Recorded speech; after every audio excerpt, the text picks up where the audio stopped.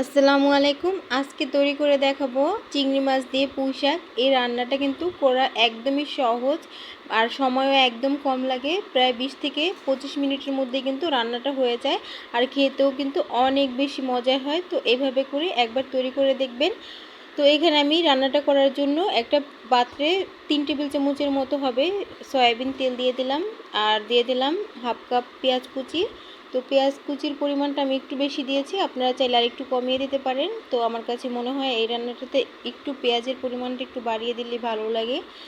তো পেঁয়াজটা হালকা করে একটু ভেজে নিব, খুব বেশি ভাজার দরকার নেই। হালকা একটু সফট হয়ে গেলে তারপরে আমি এখানে দিয়ে দিলাম চিংড়ি মাছ। তো আপনারা আপনাদের পছন্দ মতো চিংড়ি মাছটা কম বেশি করে নিতে পারেন। আর আমি একটু ছোটো সাইজের চিংড়ি মাছগুলোই নিয়েছি।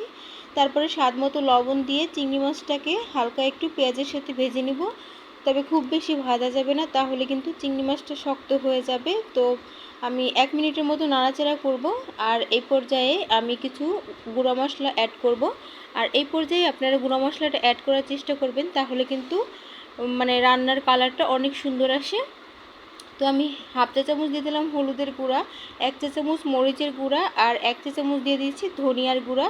তো এগুলোকে দিয়ে 1 মিনিটের মতো এভাবে একটু নাড়াচাড়া করে সঙ্গে সঙ্গে আমি একটু পানি দিয়ে দেবো, না হয় কিন্তু মশলাটা পুড়ে যেতে পারে। তো অবশ্যই তাড়াতাড়ি একটু পানি দিয়ে দিতে হবে। তো পানিটা দিয়ে এই পানিতে আমি মশলাটাকে খুব ভালোভাবে কষিয়ে নিব। যতক্ষণ না মশলার উপরে তেল ভেসে ওঠে ততক্ষণ পর্যন্ত কিন্তু আমি মশলাটাকে কষিয়ে নেব। আর এতে করে হলুদ মরিচের যে একটা মানে আলাদা গন্ধ থাকে সেটাও চলে যাবে। তো এই পর্যায়ে কিন্তু মশলাটা কষানো হয়ে গেছে, মশলার উপরে তেলও ভেসে উঠেছে। এখানে আমি এখন অ্যাড করব আমি যে পুঁই শাকের ডাঁটাটা নিয়েছি, আপনারা চাইলে কিন্তু এটা বাদ দিতে পারেন। আর কেউ যদি আলু না দিতে চান সেক্ষেত্রে আলুটাও স্কিপ করতে পারেন, তাহলে এই পর্যায়ে আপনারা শাকটাই দিয়ে দিবেন। তো আমার কাছে এই ডাঁটাটা খেতে অনেক বেশি ভালো লাগে, তাই আমি একদম যে মানে কচি আগাগুলো থাকে সেগুলো ডাঁটাটাই নিয়েছি। তো নিয়ে আর সাথে আমি লম্বা লম্বা করে কিছু আলু দিয়ে দিলাম। তো এগুলোকে দিয়ে এখন একটু কষিয়ে নিব। তো আমি ঢাকনা দিয়ে দিলাম, 1 মিনিট পরে আমি ঢাকনাটা খুলে নিচ্ছি। আর এ পর্যায়ে কিন্তু চুলার আঁচটাকে একটু লো করে দিয়েছি। তো এই পর্যায়ে আমি 1 মিনিটের মতো হবে এটাকে কষিয়ে নিলাম। এখন সামান্য পরিমাণে একটু পানি দিয়ে দেবো, যাতে করে আলু এবং এই ডাঁটাটা একদম পুরোপুরি সিদ্ধ হয়ে যায়, সেই পরিমাণে আমি এখানে পানিটা অ্যাড করব। তো আপনারা কিন্তু আমি আবারও বললাম, এটা যদি না দিতে চান সেক্ষেত্রে এই পর্যায়ে কিন্তু আপনারা এখানে শাকটাই দিয়ে দেবেন। যে পুঁই শাকটা, আমি পুঁই শাকটাও রেডি করে ভালোভাবে ধুয়ে পরিষ্কার করে রেখে দিয়েছি পানি ঝরিয়ে। তো এখন আমি ঢাকনাটা লাগিয়ে এটাকে সম্পূর্ণ সিদ্ধ করা পর্যন্ত অপেক্ষা করছি। আর এতক্ষণ আমার চ্যানেলটা যারা সাবস্ক্রাইব করেন না, প্লিজ আমার চ্যানেলটাকে সাবস্ক্রাইব করে দিবেন।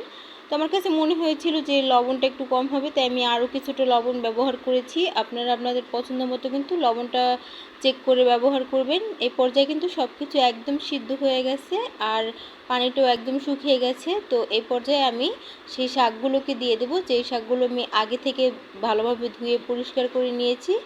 এখন শাকগুলোকে একবারে দেয়া যাচ্ছে না, কারণ আমার কড়াইটা কিন্তু অনেকটা ছোট। তো শাকগুলো কিন্তু একদম সফট হয়ে গেলে আরও কম হয়ে যাবে। তো আমি ঢাকনাটা লাগিয়ে দিব আর 1 মিনিটের মতো অপেক্ষা করলেই দেখা যাবে যে শাকগুলো একদম মানে কম হয়ে যাচ্ছে এটা। তো এই যে দেখুন, এখন আমি নাড়াচাড়া করে দিচ্ছি। আর নাড়াচাড়া করে আমি বাকি যে শাকগুলো আছে তারপরে আমি সেই শাকগুলোকেও দিয়ে দিব। তো এইভাবে করেই আপনারা দিবেন। অনেকে মনে করে যে শাক তো বেশি, তাই অনেক বড় মানে পাত্র লাগবে রান্না করতে, তো এরকমটা কিছুই না। তো এখন আমি এটাকেও আবার ঢাকনা দিয়ে দেবো 1 মিনিটের মতো, তাহলেই কিন্তু সব শাকগুলো একদম কমে যাবে, অল্প হয়ে যাবে। তো এই পর্যায়ে দেখেই বুঝতে পারছেন এখন কিন্তু শাকগুলো একদম অল্প হয়ে গেছে। আর একটা কথা, শাকের রং মানে সবুজ রাখার জন্য এই পর্যায়ে কিন্তু আপনারা শাকগুলো দেওয়ার আগে থেকেই কিন্তু চুলার আঁচটাকে বাড়িয়ে রাখতে হবে, কোনো পর্যায়ে কিন্তু কমানো যাবে না। কমালে কি হবে যে অনেকটা পরিমাণে পানি উঠবে এবং শাকগুলোর কালারটাও কিন্তু নষ্ট হয়ে যাবে।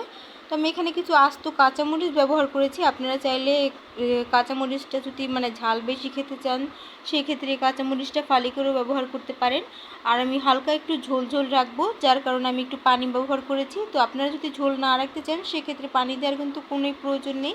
শাক থেকে যে এক্সট্রা পানিটা উঠবে সেটাতেই কিন্তু শাকটা সিদ্ধ হয়ে যাবে। আর পুঁই শাকটা সিদ্ধ হতে কিন্তু খুব বেশি সময় লাগে না। তো আমি প্রায় ঘড়ি ধরে জাস্ট 5 মিনিটের মতো রান্না করে নিয়েছি। আর এই পর্যায়ে কিন্তু রান্নাটা একদম পুরোপুরি কমপ্লিট। এখন হচ্ছে গরম গরম ভাতের সাথে পরিবেশন করার পালা। বিশ্বাস করুন এইভাবে করে চিংড়ি মাছ দিয়ে পুঁই শাক রান্নাটা অনেক মজা লাগে। ভিডিও ভালো লাগলে অবশ্যই চ্যানেলটি সাবস্ক্রাইব করে রাখবেন।